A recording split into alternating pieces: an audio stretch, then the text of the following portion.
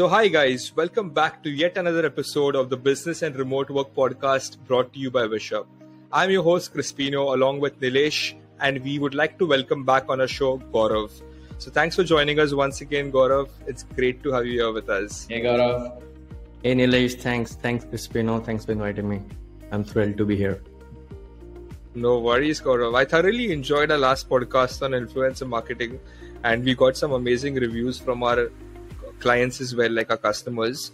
So I thought it's about time we had you back on the show with us. Yeah, it's exciting, man.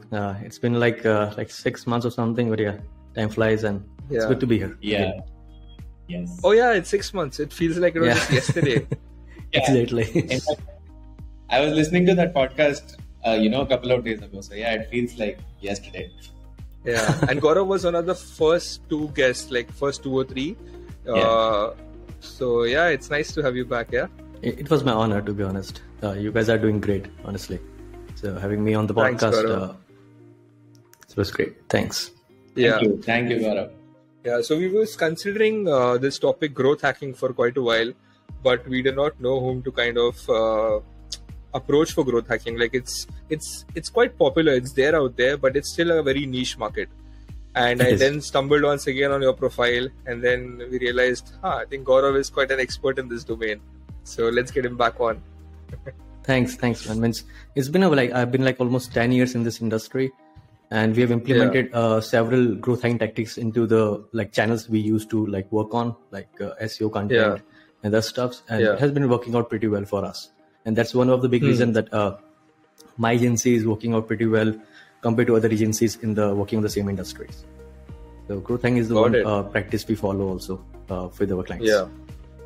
So just to begin with, Gaurav, could you set the base by telling us what exactly is growth hacking and how can a business implement it in its strategy? Yeah. So see, when you just Google growth hacking and try to learn from there, it's actually confusing. The language is quite confusing because when I started learning this back in days, it was always confusing. So I'll try to make it very simple for regular people. So it was a term coined by Sean Ellis in 2010 in his book.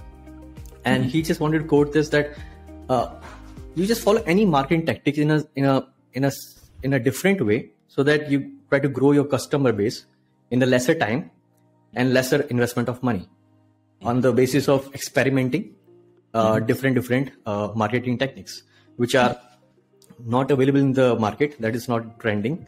It's not available. That's very common. So that's all you need to do. So anything you do with marketing, for SEO, for content, for viral video marketing, or whatever you do, you just need to make it very unique and try to do something which is able to bring more customer to your profile. So that's all about growth hacking. So it's all about experimentation, honestly.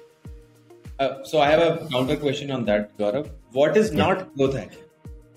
What is not growth hacking, which is commonly used. So if just take an example, people do content marketing, right? They just write content. They just go for 400 word of piece of content, 800 word of content on the blog. That's regular content marketing. Okay. What's growth hacking in content marketing is repurposing that content and not investing another piece not investing content payment money on the content by creating new content instead of doing repurposing or content re-upgrade. So after 6 months or 9 months, your content is old.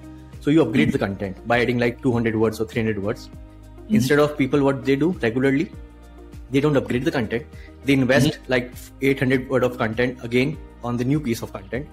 And the older content gets old and old, and Google starts de-ranking that post and you investing more on new content. And at the end, when you see after 2 years or 3 years, you have spent tons of money on the content, but only few of content actually works, which are actually ranking recently. And the old content is it's gone.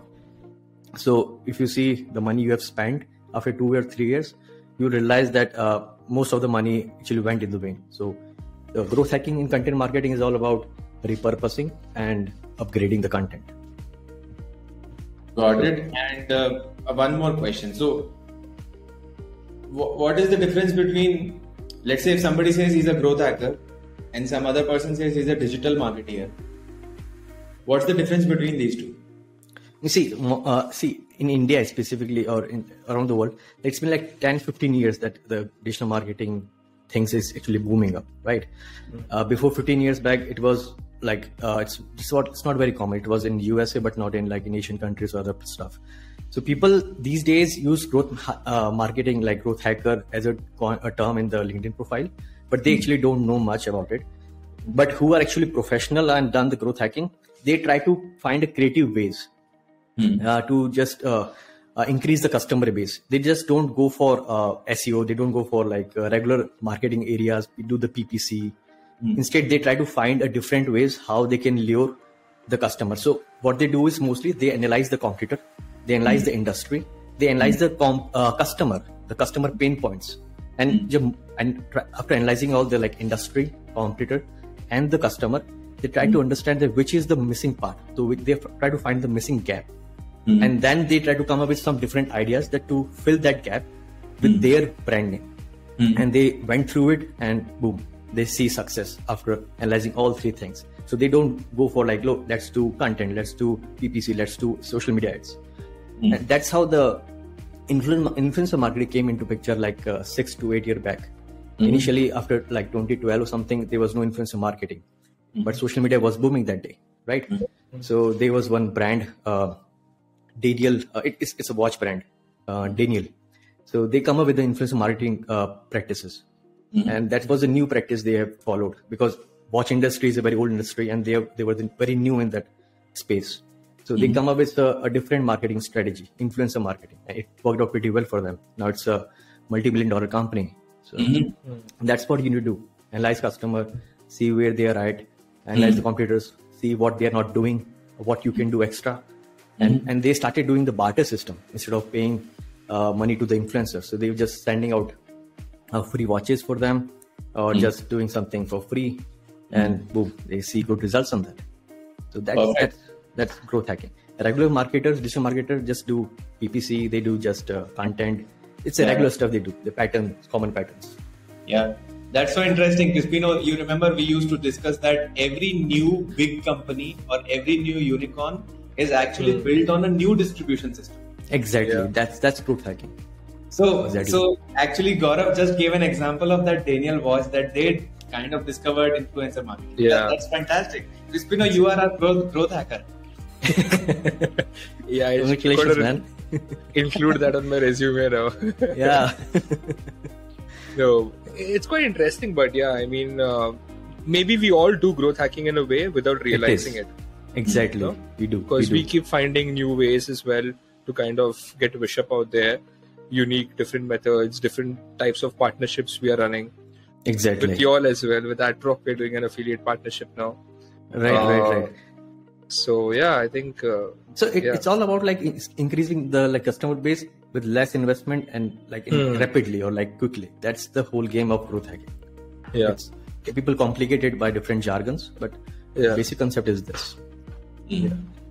Gaurav, can you give us a couple of more examples? Like you give the example of the watch company for influencer marketing. Yeah, I would love to know some more examples, because you seem like, you have studied this topic very deeply. Yeah. I did actually. So, okay. So a few examples. If you heard the name of Dollar Shave company, dollarshave.com. Yeah. So they launched a campaign like 6-8 years back. So what they did, they just came up with a video.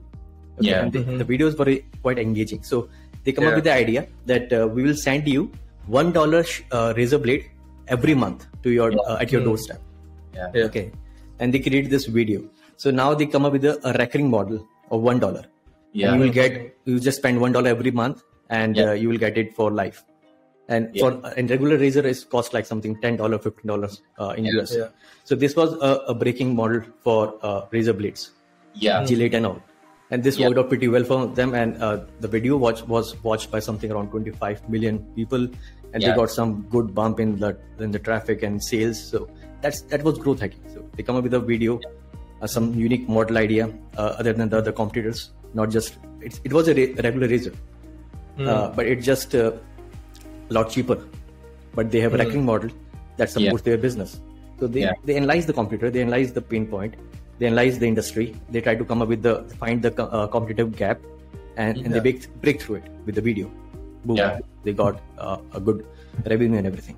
Yeah, this is such a fine example of why growth hacking is not marketing, because they cracked growth through their business model. Exactly. Brilliant. Exactly. And that's exactly a Dropbox did back in 2008. So when Dropbox came into the picture as a cloud computing, cloud hosting, you can storage. You can put storage on cloud, and it was new. And the funny part is, if you remember, you see the domain name is Dropbox.com right now, right?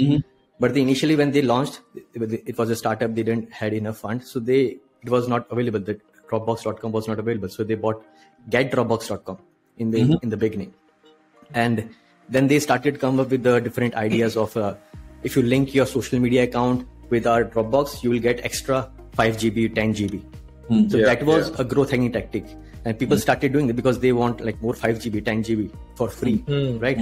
It was no cost for them, and they already have a customer, and they are retaining the customer, already existing customer. So that's another because attrition rate is a big problem, churn rate for SaaS brands, right? So retention rate increases. They get more exposure from the social media, and they are putting out their name on social media because everyone is linking Dropbox in their social media accounts. So they get branding, they get more customer with no extra cost for them, and it was quite rapid for them. So and soon you know that Dropbox is like $1 billion company now, and then they later bought Dropbox.com and redirected the older domain, and now people just heard that Dropbox. So that was the story for Dropbox in the beginning. And that was a growth hacking tactic for them. But now if you see, it comes into a regular practice. But in 2008, it was not regular practice. It was new for them, for that industry. Similar things. I mean, now I understand. Like, in fact, that reminds me of 2 examples actually. Now, since Gaurav, said that, different brands did different things, and that was the first time anybody did it, and then everybody else copied it. So, for example, exactly. I think it was PayPal who said that, if you send $10 to your friend, we will give you $10 back to your account. Exactly. Yeah. And the same thing is now like copied by cashback. You get the cashback. So if you send like 100 rupees from UPI, you get 20 rupees cashback or something like this. So it's the same practices, just different versions people try to come up with. So say for example, I also heard this example of QuickBooks.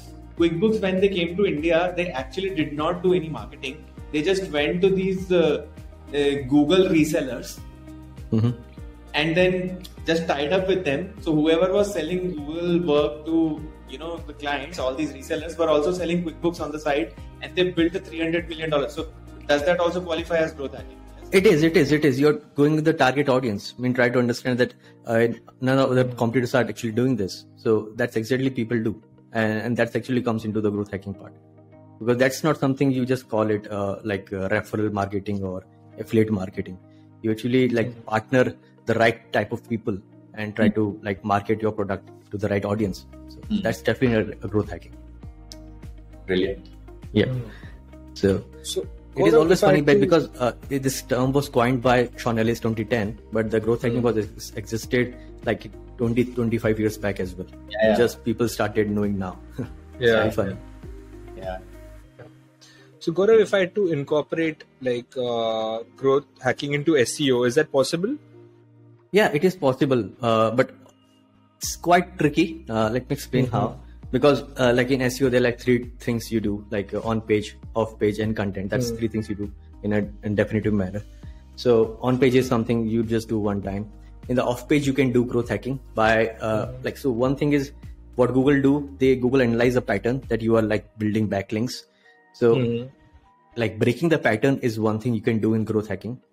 So Google says that don't buy backlinks, because Google know you can pay money and you can buy the backlinks. But Google try to analyze by understanding the pattern of your link building, right?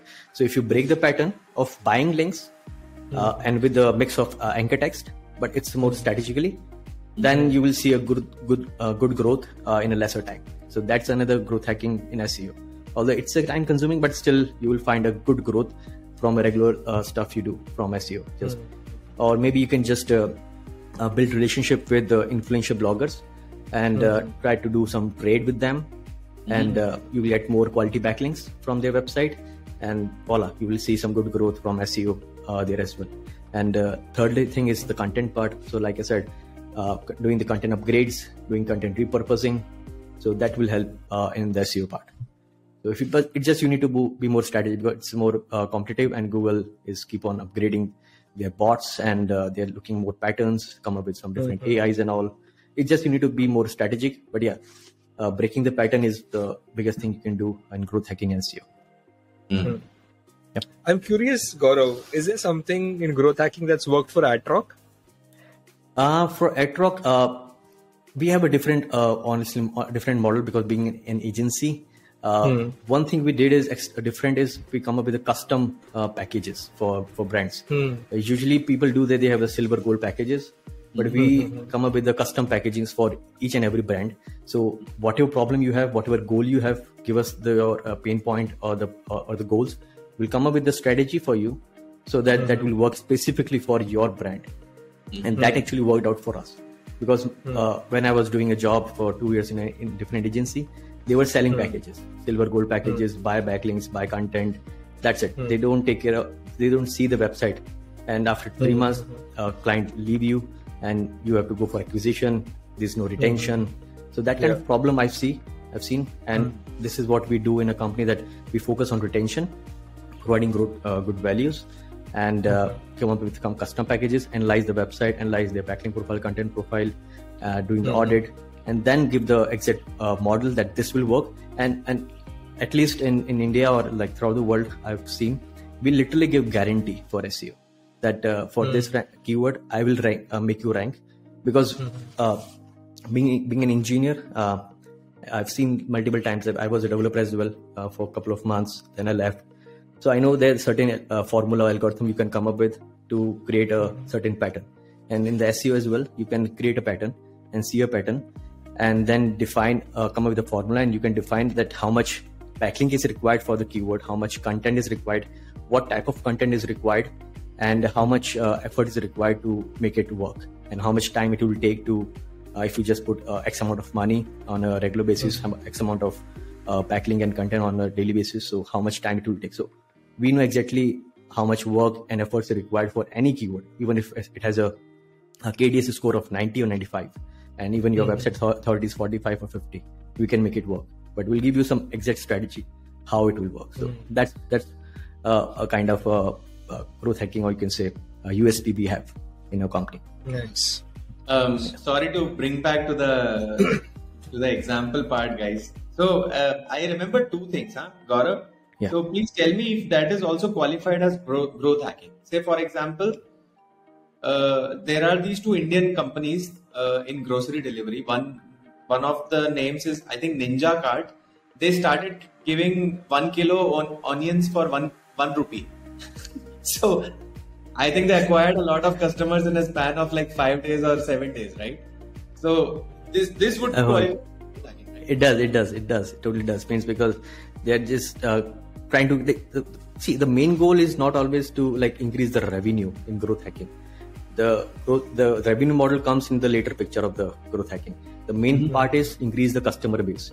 If you have a strong customer base, you can like get more money, because you just see in online world, आपको चस्का लगाना पड़ता है. You have to just make sure they have habit of buying from online. So you need to like provide things for free for some time, so that they are habitual with whatever you are providing. So once they are habitual and they're like loyal to you, because that's the last stage of funnel cycle. Like retention is one, then loyalty, then comes advocacy.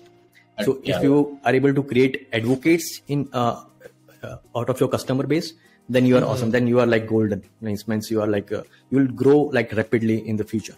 So growth hacking brings customer, and the advocacy comes the later part of the picture. So the example you quoted is definitely a growth hacking. Definitely growth hacking. But then there is another example, which is a very recent company by two, I think, Stanford dropouts, Zepto, which has become a super success in Bangalore and in some other parts of India. They promised the grocery delivery within 10 minutes, and they became viral. Now I don't know, is this growth hacking or is this just improvement in product? See, growth hacking is also about like product optimization as well, like optimizing the product model or the revenue model or the business model as well. It's not about just marketing practices you follow. So growth hacking does apply for product improvement or model improvement as well. So that Zepto, I think Blinkit also do the same thing, 10-day delivery, and they come up with different ideas of putting warehouse in every 5 kilometers or 10 kilometers in every city. So yeah, this is a growth hacking idea, and this definitely works out pretty well for them. Also, initially they invest heavily because of having a lot of warehouses and everything. But yeah, the main goal is to acquire more customers and later make money out of that. So it is a growth hacking practice. Nice. Yeah.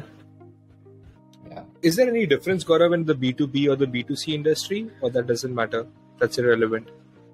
It doesn't matter, honestly. It just, like I said in the beginning when I break out, that you just need to analyze the industry and analyze the competitor and analyze your customer. If you're able to analyze all three things and come up with the idea that actually break the competitive gap between that, you will break through. You will win. It will be win-win for you. You will find customers and you will be...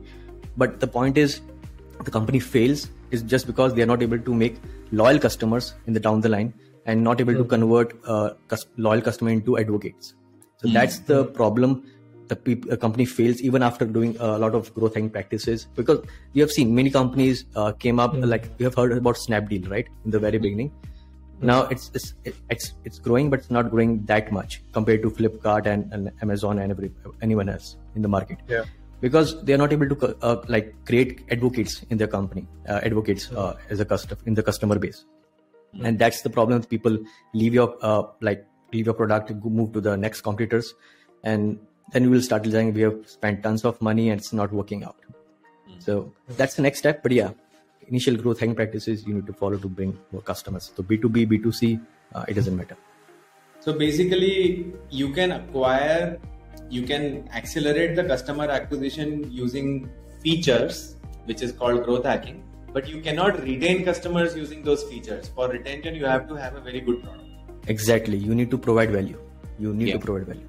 So UVP is very, very, very important. So even from my point of view, with 10 years of experience, USP is secondary for me. UVP is a primary thing for any product that I also work on or I try to work with clients. That's brilliant. Because USP versus UVP. USP is unique selling point. UVP is unique value proposition. Yeah, brilliant. Yeah. I think you have put it very brilliantly. So I have a question on this. Are there any... what are the types or what are the times when growth hacking is just not possible? Okay, so that's a tricky one. So it's not possible. See, honestly, it's kind of hard. Nice one.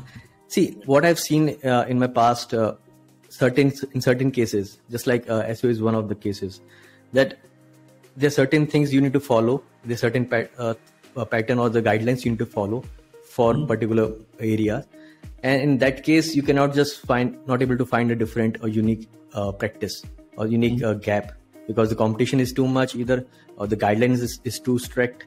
So that's when you are not able to find any growth hacking practice, and that's why SEO content, there are certain limited areas you can do in growth hacking, and that's why most of the growth hacking practices are followed by, if you see the examples, you will see more about the FOMO practices they do, persuasion tactics they do, and different types of offers they come up with.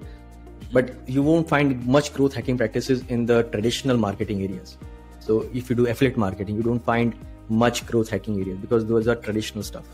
But something you can improvise in the product line, something you can work with the customer mindset by persuasion tactics, or you can say urgency, FOMO practices. So those practices are able to in those areas you can find growth hacking. But traditional practices, affiliate, content, SEO, it's kind of hard there because there are certain guidelines they follow, and then there's hard to say which points you can come up with. But yeah, I believe so from my heart that there might be some areas that you can find, but it's still a point of debate, honestly. So Gaurav, what would you say are some of the basic platforms? Like there is social media platforms, there are blogging platforms. What are some of the best platforms for growth hacking? See, for growth hacking, for different like channels, just like you're looking for lead generation. The lead generation is a kind of bigger problem for many SaaS brands and software companies, agencies, and all, right? So people do the lead generation from email marketing, outbound lead generation, right? Or from LinkedIn they do, right? So to increase the increase productivity and increase the growth, they can go with the LinkedIn lead generation tool like Duxu. That's one of a good one. Expendi is one of good one for LinkedIn lead generation. If you're looking for just finding emails of your customer base, going after not able to find just manually, they can use like leadfuse.com. They can use for hunter.io for email finder. And just like somebody looking for creating chatbots, instead of going after like any development agency, ask them to build a chatbot for them, they can just go for ManyChat, LandBot. So these are like growth hacking tools they can use to like expedite their process in lesser time. They can come up with something productive. And just like if you write content writing, go for Hemingway app. Just the good one is Calendly. Calendly, if you are looking for meetings, meeting booking. So Calendly is good one. And Calendly have done the great stuff in growth hacking. They come up with a free plan, and you can just make it for free. So they're just trying to build customer base. And 15 minutes is free and 30 minutes you got to upgrade it. Exactly. So that's a growth hacking practice they did. And one is like there's a timesheet clock called Clockify. So there's Time Doctor and HubStaff, and there are many tools available in the market. So Clockify came in the market like 3 years back. We are using this Clockify, that's why I know. And they come up with a free plan. Every other brands provide us like per user cost, like $5 per user, just like Slack or Teams. So they come up with one plan of $10, unlimited users. So they're trying to break competition by lesser cost and no customer, you can say a condition on that. So that's the one. And later they come up with some upgrades. And after 3 years, now they have like a per user cost, because they have like, now the customer is habitual. They are like stuck to the Clockify. Now they will stay there forever. And now they have good acquisition rate. Now they have good branding. Now they are growing really fast. So that's another way you can just move it and build a good brand. So Gaurav, I want to discuss something with you now. This has given me a good idea, and it's kind of brought back an idea that I pitched to Nilesh earlier. If Nilesh doesn't like this, we will just have to chop it off the podcast. But okay, let's see. So we have a 7-day refund policy. So if the client doesn't like it, we refund them within 7 days. So I've been pushing Nilesh to rebrand that to a 7 or a 14-day free trial to market it out that way. So is that a way of growth hacking? It is. Means, one thing I like to say, because this is a very common practice we follow by selling courses. I work with many like influencers who sell courses, and we do this. Like we provide 30 days money back guarantee, and 30 days was quite enough if you see simply that 30 days they can simply read the content and just ask for the refund. So it will be like a bad deal for us. But honestly, if you see a common practice, if you do a survey in your industry, you will see that people don't, if they buy a course, they get like lazy and they just don't read the content on a fast basis. So you won't see much refunds. So it's all about your customer, understanding your customer, that how it actually works. Because for initially when I started in the selling courses stuff, the first thing was like 30-day money back guarantee, and I was like, yeah, that is too much. We should not give this much time, because if I'm a user, if I'm like keen learner, and I don't have enough money, being like a college student or whatever, I'll just buy it, like watch it for 14 days, because usually the courses are like for like 24 hours, 21 hours. That's much, or 50 hours max, and I'll consume it in like 2 weeks. But honestly, when you buy it, you become lazy that, okay, I'll just watch it tomorrow. And you start watching it for like 30 minutes and you'll say, okay, let's chuck it. So it's a very common habit. So the same thing, you need to see how your actually audience works, how it reacts, and see how much lifetime value of your customers, or how much refund you are getting in a regular basis if it's 7 days, and see how much time people are taking in your product. And then come up with the idea, okay, the 14-day works, because if you increase the number, this will definitely helps you a lot.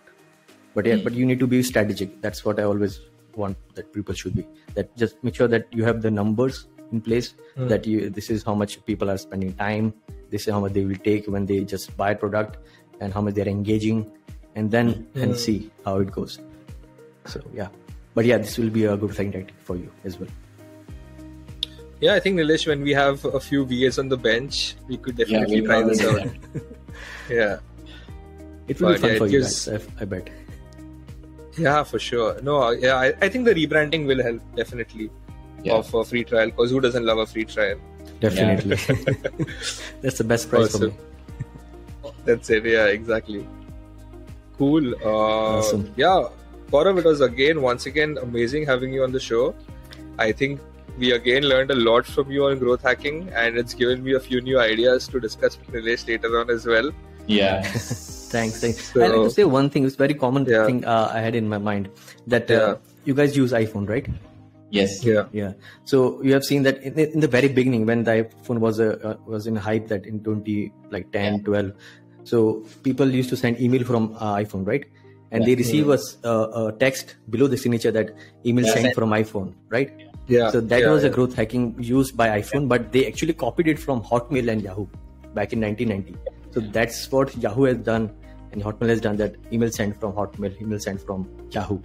So that was a very funny example that I feel that, okay, it was existed like 20 years back. Now iPhone, like big company, Apple copied it from them, but it still works out.